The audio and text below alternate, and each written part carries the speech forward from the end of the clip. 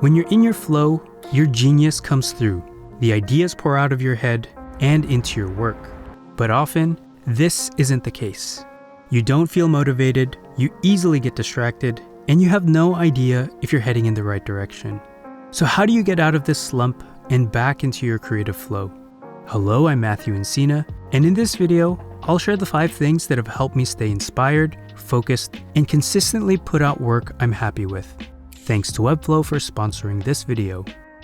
I've been a creative professional for over 20 years, working as a designer, creative director, and content creator. For the last few years, I've worked mostly independently. In this season of life, I'm accountable to myself, deciding what projects to take on, figuring out how to execute them, and making sure they get done. I've prioritized both personal growth and well-being. I seek out new and interesting projects, develop skills that will serve me for life, all while trying to avoid burnout. Looking back on this journey, what have I discovered about unlocking creativity? What practices have genuinely made a difference? And how can these insights potentially help your creative process too?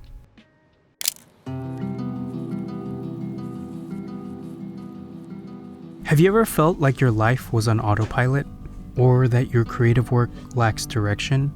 One day you wake up and realize all of your time is already spoken for. You're going through the motions of work, but you're not really sure why or how you got here.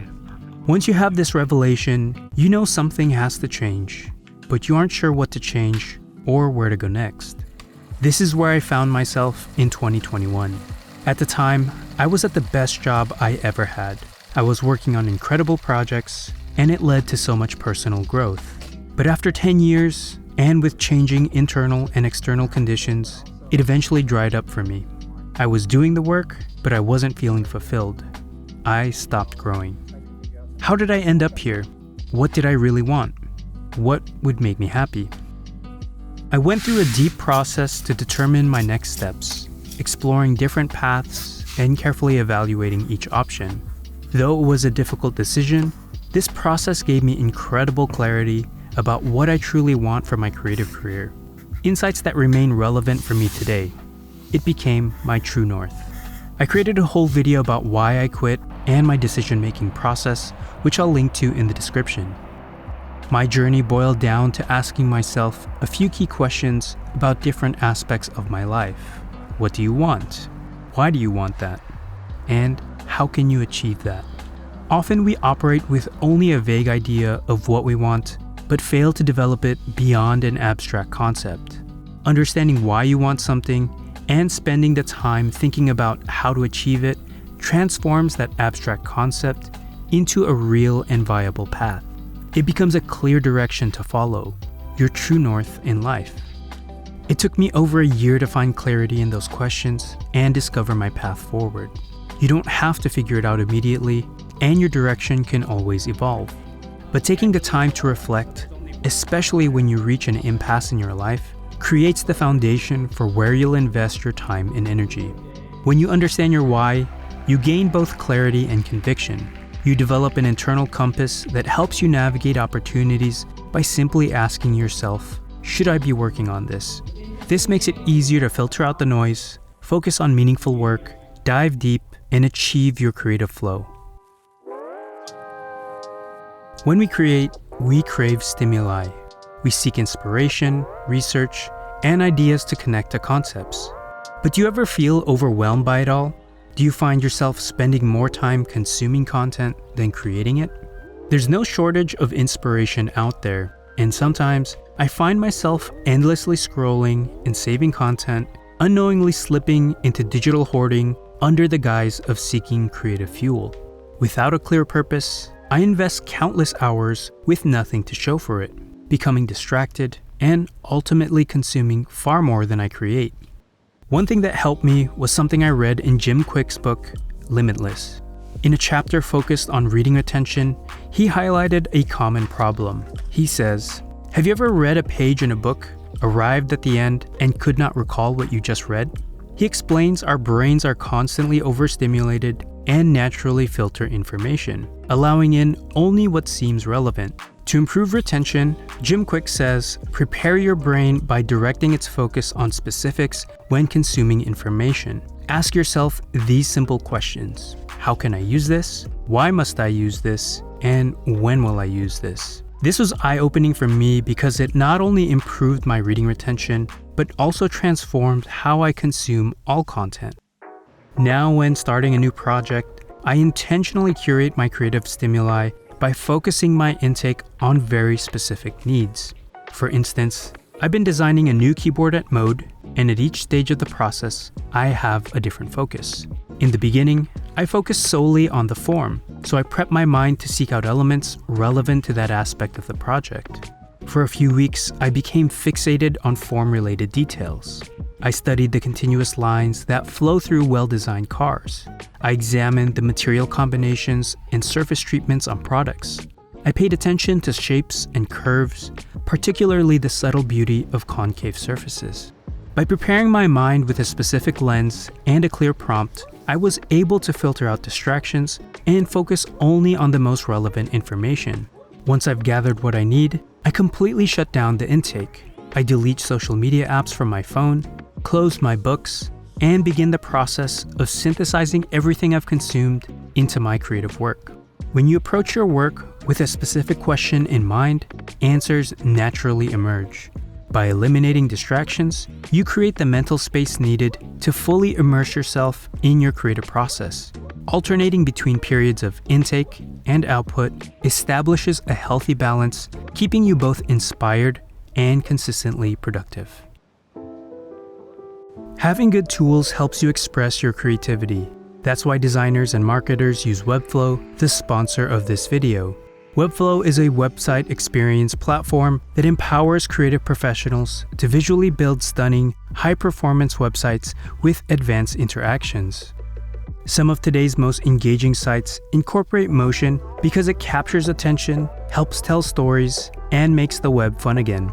The latest version of Webflow Interactions is now powered by GSAP, a powerful animation library which makes building complex interactions intuitive. The visual-first workflow features a horizontal timeline, giving you precise control over how animations unfold. You can create smooth, expressive animations with advanced effects like staggered motion and text splitting, all without a single line of code. So you can focus on your creativity and put your ideas in motion. Check out Webflow by clicking the link in the description. Do you ever find yourself stuck in a creative rut, doing the same things year after year? This stagnation often leads to boredom and stunted growth, and inevitably manifests in your work. Throughout my career, I've experienced this stagnation several times. Whenever I feel this creative plateau setting in, I actively seek new stimuli, whether it's changing the environment, taking on a challenging project, or making a deliberate shift in my career. This led me to quit my job in 2021 and start my own creative studio, Mod Musings. Since then, I've embraced many new challenges, building my studio space from scratch, directing a documentary series with Webflow, and designing a product with Roadmade. After several years of running my independent studio, dipping my toes in industrial design, and launching products, I felt drawn to do more in this space. So at the beginning of the year, I also took on a new role as the Chief Design Officer at Mode Designs, where I now lead the vision for both brand and product. Each of these projects stimulated personal growth by challenging me in new ways. They were difficult and uncomfortable because I had never tackled anything like them before. But I committed anyway, knowing I'd figure things out along the way. I had to. When you step outside of your comfort zone and venture beyond what you already know, that's where massive growth happens. When you do hard things, there's another benefit I've come to recognize. In a world obsessed with shortcuts and easy paths, when you tackle the difficult challenges, few people will follow, simply because it demands significant time and effort. By embracing these challenges, you stand out and create unique opportunities that leverage your distinct blend of skills and experiences. You forge a path that enhances your abilities, sustains your momentum, and generates a creative flow that can carry you forward for years.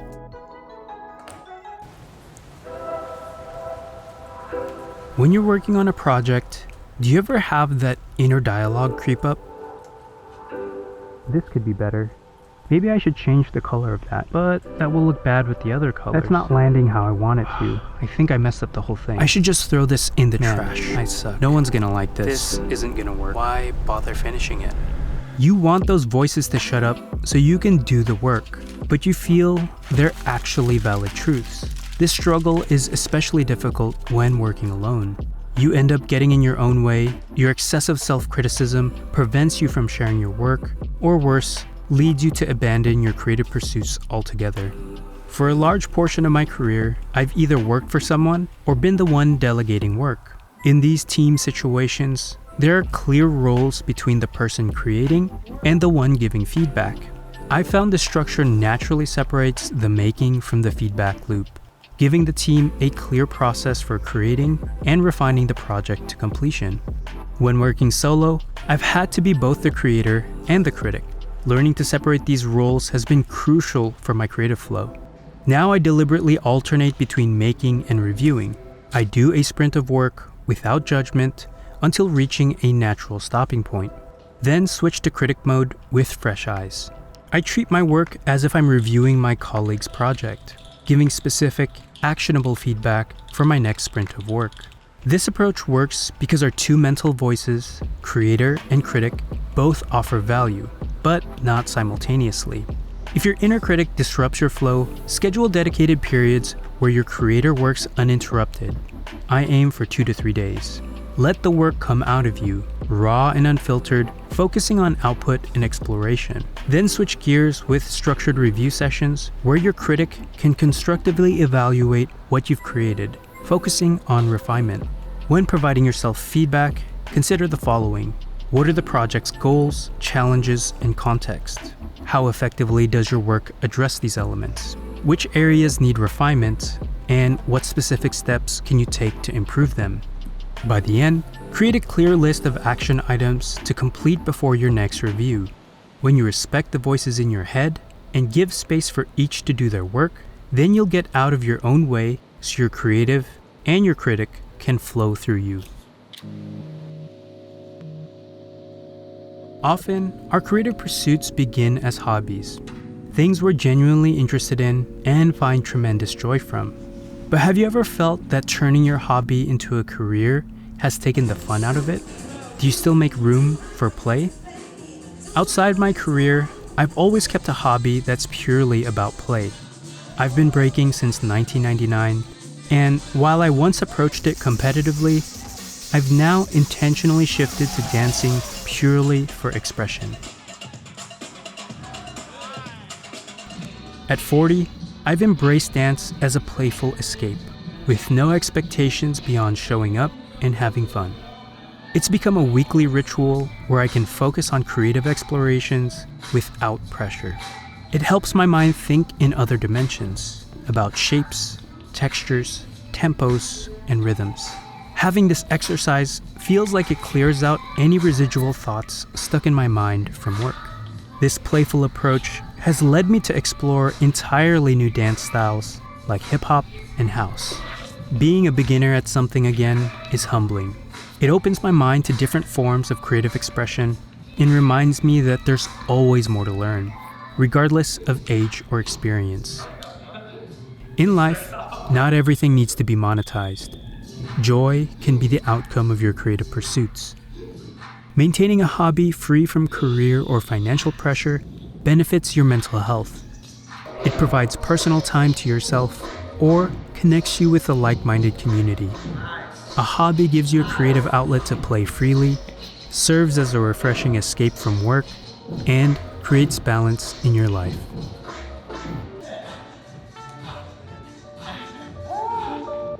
I hope this video helps you unlock your creative flow. Let me know if any of this resonates with you. If you have a question, ask, and I'll do my best to answer it. With that out of the way, it's time to get back to work.